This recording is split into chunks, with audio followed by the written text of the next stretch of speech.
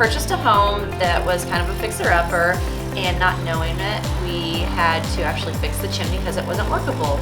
So you guys came out and made it workable for us.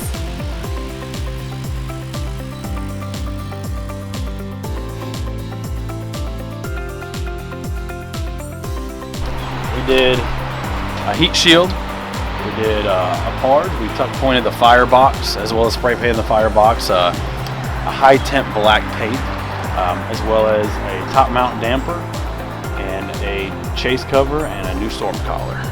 That's what we did. Fun stuff, always fun. All the guys were super nice to the dogs and everything, and nice to the kids. They were super clean, professional. You would have probably not even known that they were here half the time. They always let us know when they were going to go to lunch or take breaks or anything, or when they were leaving, just to make sure that they knew they weren't here anymore. I think they did all around a really good job.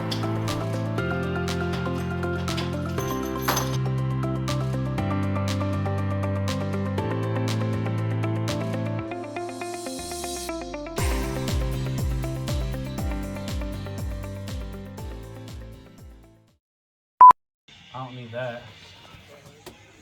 Oh, here, my dear. Oh.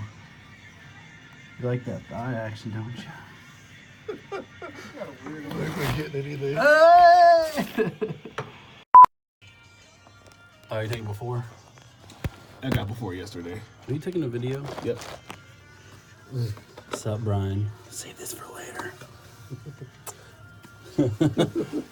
Your wife's gonna look at him like, what is wrong with the guys that you work with? Suspects us, we're gonna take and throw it on the wall. Throw it, splat. Make it all nice, prettily smooth with your hands.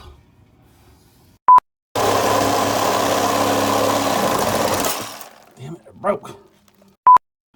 Oh, hey. Welcome to Purging a Smoke Chamber 101